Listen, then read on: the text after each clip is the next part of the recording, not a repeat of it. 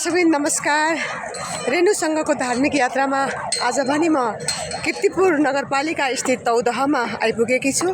यहाँ हामी देख्न सक्छौँ विशाल यहाँ दह रहेको छ र यहाँको धार्मिक मान्यता र यहाँको विशेषताको बारेमा यहीको बासिन्दा एकजना दिदीसँग चाहिँ मैले जानकारी लिने प्रयास गरेको छु।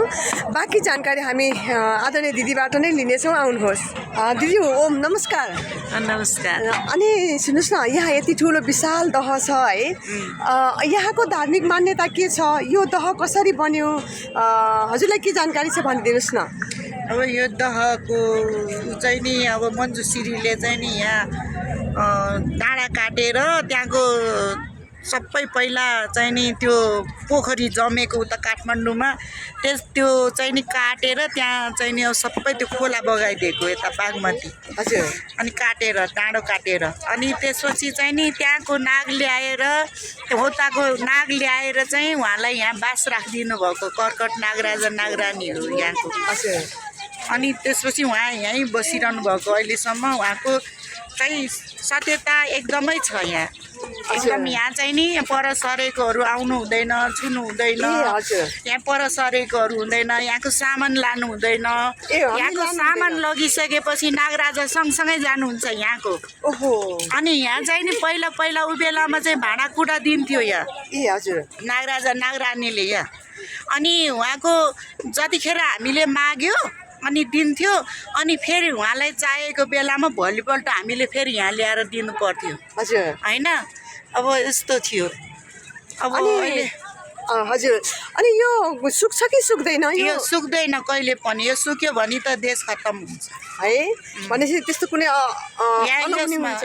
यो त राजा हो यहाँ। हजुर। अनि यहाँ खास धर्मावलम्बीहरू पूजा गर्नको लागि आउनुहुन्छ, घुम्नको लागि मात्रै आउनुहुन्छ? होइन, धर्मावलम्बीहरू पूजा गर्न आउनुहुन्छ, कति आउनुहुन्छ, पूजा गरेर जानुहुन्छ। माताहरू बाबाहरू सबै आउनुहुन्छ यहाँ। भनेपछि यहाँ के को नागको पूजा गरिन्छ? नागको पूजा गरिन्छ यहाँ। नागको पूजा गरिन्छ। अनि यहाँ माथि चाहिँ नि कर्कटेश्वर बाबा हुनुहुन्छ यता माथि, भोलेनाथ।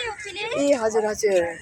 अनि यहाँ जो पूजा गर्न आउनुहुन्छ धर्मावलम्बीहरू कुन आस्था लिएर यहाँ पूजा गर्न आउनुहुन्छ? यहाँ नागको पूजा गर्न आउनुहुन्छ। के मान्यता छ यहाँ? धार्मिक मान्यता के छ? नाग पूजा गर्यो भने के हुन्छ? अथवा अब कसैलाई नागदोष लागेको हुन्छ, नागदोषको यहाँ पूजा गर्न आउँछ। अनि यहाँ दोष लागेकोहरूलाई अब इच्छा पूर्ण हुन्छ, माछा छोडिदिन्छ। यहाँ कति माछा ल्याएर छोडिदिन्छ, कछुवा ल्याएर छोडिदिन्छ, हाँस ल्याएर छोडिदिन्छ, परेवा ल्याएर छोडिदिन्छ नागको नाउँमा। अनि सबैको उहाँहरूको चाहिँ दशा गर सबै जान्छ। अनि उहाँ धेरै जस्तो त यहाँ बुद्ध धर्मकोहरू आउनुहुन्छ, यहाँ लामाहरू आउनुहुन्छ, बुद्ध धर्मकोहरू आउनुहुन्छ धेरै जस्तो यहाँ। माछालाई दाना खुवाउनु आउँछ यहाँ। अनि धेरै जस्तो चाहिँ बुद्ध धर्मकोहरू आउनुहुन्छ। अनि त्यसपछि बापतमा सबै संसारहरू आउनुहुन्छ। अनि जो हिन्दू धर्महरूको हुनुहुन्छ उहाँहरू सबै आउनुहुन्छ यहाँ। हिन्दू धर्मकोहरूलाई अब घाउ खटेर आउनेहरूलाई यहाँ नुहाउँदाखेरि, यहाँ पूजा गर्दाखेरि सबै शरीरको घाउ खटेर सबै जान्छ। इतिहास त्यस्तो छ नागको। हस्, धन्यवाद दिदी। हजुरको शुभ नाम मैले सोध्न बिर्सेँ। म यहीँको माता हो। है ल, धन्यवाद। हस् माताजी, म माता नै हो, यहीँको टौदाकै माता हो। मैले यहाँ छोपेर। दर्शकवृन्द, हजुरहरूले सुनिहाल्नुभयो यहाँको महत्त्वको बारेमा। यहाँको स्थानीय बासिन्दा हाम्रो माताजी हुनुहुन्थ्यो। हामी हेर्न सक्छौँ यति ठुलो यो एरिया छ, यो दह तौदह पनि भनिन्छ यसलाई। यहाँ धेरै माछाहरू छन्। यहाँ धेरै माछाहरू रहेका छन्। माछालाई हामी देख्न सक्छौँ।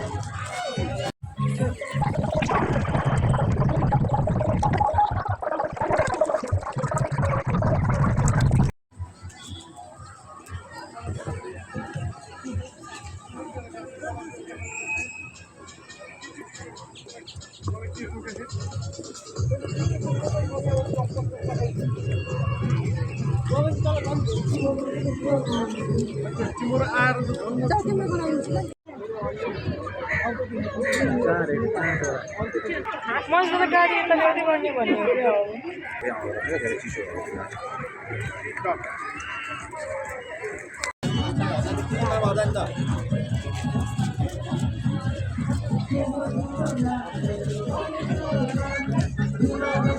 ठुलो दह छ यहाँ।